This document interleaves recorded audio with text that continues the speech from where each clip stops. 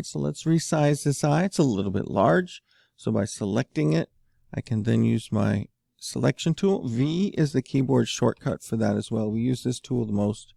I'm going to grab one of these corners and scale it. Remember, if you hold down Shift, it'll keep it a circle.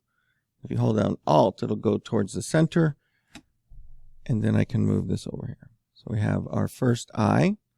If you think that the iris and pupil are a little large, we can take both of those, control clicking, and maybe scale it down a little bit.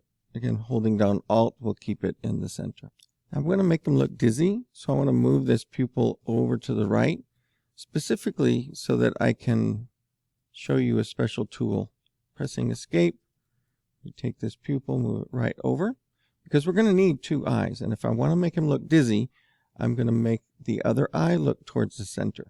We have one eye. I can select the whole eye, hold down Alt, and I can drag a copy over. Notice the little pink lines helping me keep things lined up. Now I want this to go towards the center, so what I'm going to do is I'm going to use the Object Transform. This can do things like move, change the position, rotation, there's scale, and this will reflect.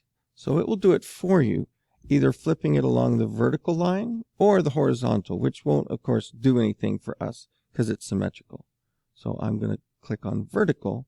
We use this a lot for like if you draw an ear or you have a horn coming out and you want it to be on the other side pointing the other way.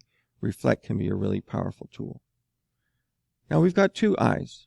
So what we would be able to do in animation is we could make him blink because we would affect both eyes at the same time. I'll show you what I mean. I'm going to simulate a blink by holding down Alt and changing the scale so I can make the eyes kind of go closed and then pop back up. But if I want to make him wink, I can't because both eyes are on the same layer. Now when I want to put it back, I don't guesstimate. I make a big change and then Control Z and let the computer do it for me. So we need two eyes. Here are all those different ellipses. I want to put one of the eyes, let me see which one this is. This is the right eye on a new layer. So you make the new layer first, and we agree that R means right, L means left. And I'll take the three things, this one, and this one, control clicking, and I'm going to move them up to right eye. Well, that didn't work. And of course the order of these makes a big difference. And this can be a little tricky to get it exactly the way you want. But that's one way to do it. Let me undo and I'll show you another one. So with these selected, I can Control X will cut. Then I can go to the right eye layer and paste, but it never pastes it where you want it. It goes to the center. So I can reposition that right there.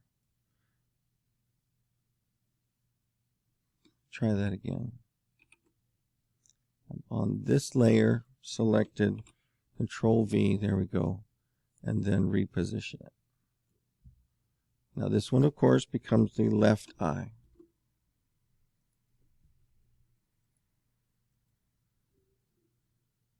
Then we'll be drawing some extra details on the face.